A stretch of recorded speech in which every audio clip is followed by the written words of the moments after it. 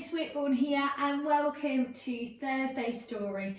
We are going to read now the second of 3 parts of our story for the end of the week, Don't Bug the Genie, as voted for by some of you lovely lot. Just with yesterday, the next section is going to be quite long, so one, I would say definitely get comfy, get cosy to listen to it, but also if you want to listen to it in several parts or that kind of thing, then I recommend that. That's absolutely fine. Where we left off was that the healer, Fatima, was just telling Aladdin and the genie the way that he could get cured, and apparently he has to do 2 things. So let's find out what they are. First, you must find the jewel bug. Where? Asked Aladdin. That I can't help you with, said Fatima. The genie groaned. 6 gold coins for this.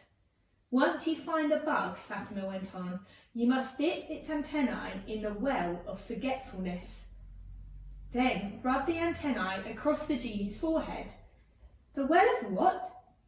Never heard of it, said Aladdin. Fatima went over to the corner and rummaged through a box. Aha!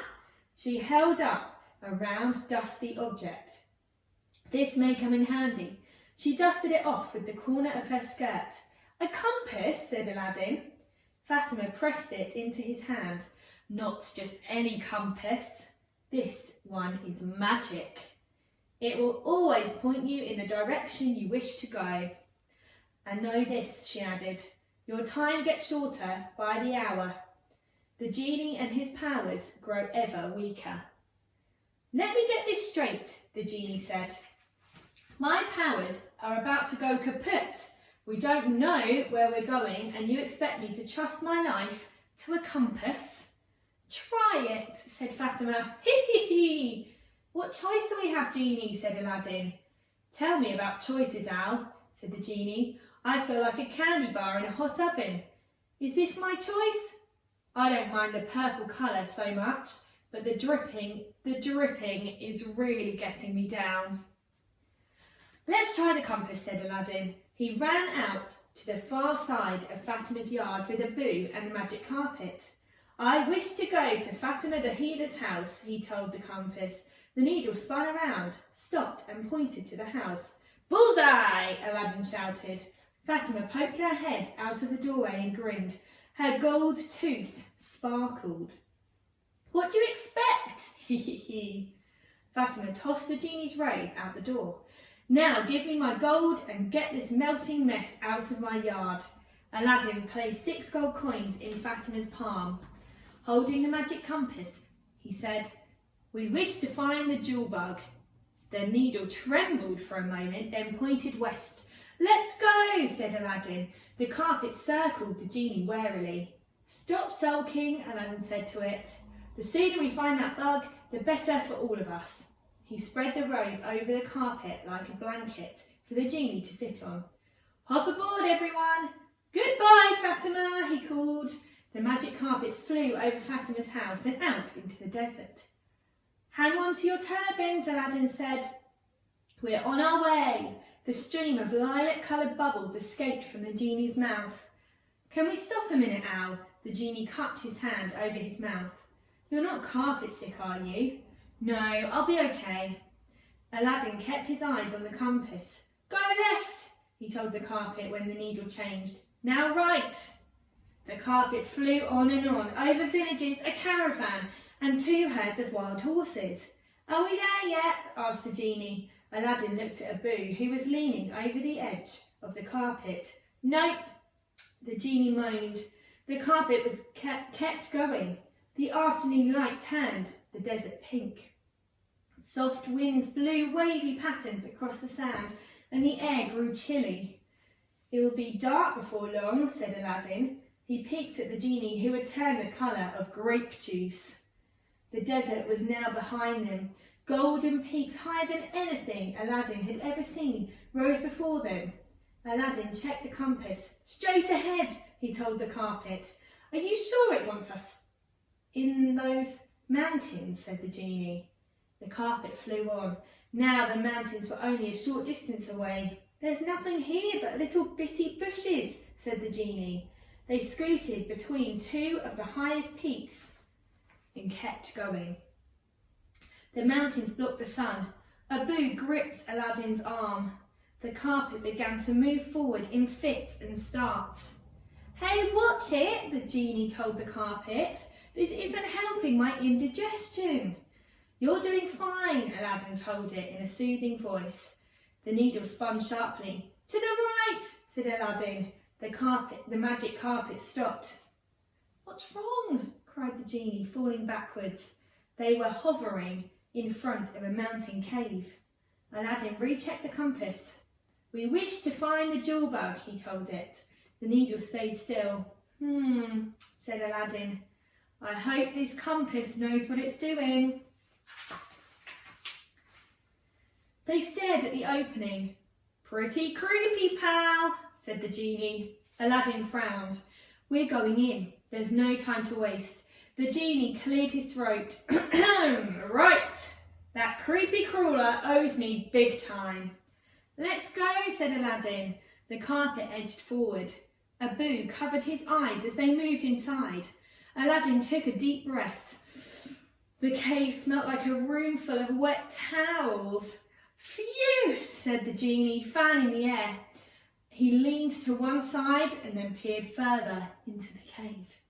"See anything?" asked Aladdin. "A long tunnel," said the genie. "A very long, dark tunnel." The carpet slowed down. "Sorry," Aladdin said. "The compass says to keep going. Maybe the jewel bug likes dark places." He scanned the tunnel for a pair of glittering green eyes. The genie grabbed his arm. "What's that?" Aladdin jumped. "Where?" Abu scrambled onto Aladdin's shoulder and put his hand over his eyes. "Easy, Abu. You're blocking my view." "I thought I saw something behind that big rock," said the genie. Aladdin and the genie leaned forward.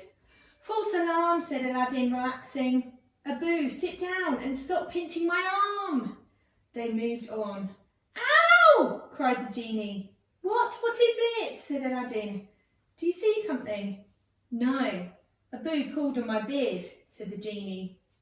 The tunnel twisted to the right and then to the left, becoming narrower all the time. "I don't like this, buddy boy," said the genie. "It feels like we're being swallowed up." "I know," said Aladdin, still searching for a pair of green eyes. "It's so dark I can barely see the compass." "I can help," said the genie. "I'll just nod my head once and—" "No!" said Aladdin. "But Al, I've got it figured out," said the genie. "Not to worry." "Genie!" Poof! "Uh-oh," said the genie. "My mistake." "What is it? What happened?" "I asked for a flame." "Awk, awk!" "What's that squawking noise?" The ruckus grew louder. "Do I hear flapping?" He reached around and felt something feathery with a long, thin neck. "Flame! Flamingo!" said the genie. I guess the magic got confused. "There's a flamingo on this carpet." Abu began to tug on Aladdin's arm. "Don't worry, I'll fix it," said the genie. The carpet bucked. Abu screeched. "Stop it, everyone," said Aladdin. He took a deep breath. "Be still." The sides of the tunnel were so close that Aladdin could touch them. "We'll get rid of the flamingo later." "Forget about the flamingo," said the genie. "I think I see a light." "Where?" "Right above your head." Aladdin looked up. "You're right," he said. Then he stretched up and pressed his eye to the hole. On the other side, a pair of emerald green eyes stared back at him. "It's the jewel bug," Aladdin whispered. The bug waved its long feathered antennae at Aladdin and buzzed. Between its two front feet sat the genie's sapphire. "Hello, little bug," said Aladdin. "Come over here." The bug edged closer. "That's right," said Aladdin. He held out a finger. "Poke your finger right in, why don't you?" said the genie. "You're just begging to get bitten." "Quiet," whispered Aladdin, but he pulled his finger away from the hole. "Come to me, bug. I see you have the genie's jewel." The genie shoved Aladdin aside. "You little thief!" he yelled into the hole. "Thanks to you, I look like an eggplant. Give me back my jewel. Give me back my health and my magic." The bug skittered backwards. Then it buzzed angrily, grabbed the sapphire with its feet and disappeared into the hole. "What did you do that for?" said Aladdin. "I almost had it." Magenta steam blew out of the genie's ears. "Nobody messes with a genie." Aladdin pressed his eye against the hole. "It's gone. Now what do we do?" Abu climbed back up onto Aladdin's shoulders and chattered unhappily. "Sorry, Owl," said the genie. "I guess I got a little carried away." He sat back down with a thud. "Maybe I can try using my powers again." The flamingo squawked. Abu made a face at it. "Are you kidding me?" said Aladdin. "In your condition," Fatima was right, "you are getting worse." He held the compass up to the light. It was still pointing at the hole into which the bug had disappeared. "Come on out, you little pest." Then he remembered that under his princely clothes, he was still as clever as he'd been when he had to live by his wits. Wait, his princely clothes! He reached up and felt the front of his turban where a red-violet jewel held a long feather in place. He pulled off his turban and pushed the jewel in front of the hole. "Oh, jewel bug," he sang, "look what I have for you. Great big and shiny." He shook his turban gently. "Come and get it." Bzzz. Aladdin looked at the genie in Abu and pressed his finger to his lips. Shh. He sang into the hole again. Come out, wherever you are." Bzzz, bzzz. Aladdin slowly drew the turban away from the hole. A feathered antenna appeared, then another, then 2 green eyes and the genie's sapphire. "Atta bug," said Aladdin, "come on out." The bug perched itself on the edge of the hole. Its eyes stayed glued on the turban. "Look at this pretty jewel," he said, gently waving the turban back and forth. He tilted the turban toward the jewel bug. "Take a closer look." Squawk! The flamingo stretched its neck and lunged for the bug.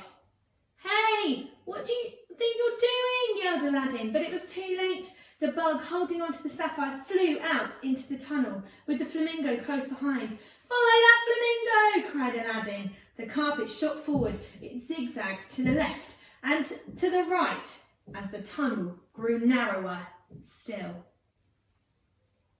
Have a lovely day, won't you? And we will listen to the final part of the story tomorrow.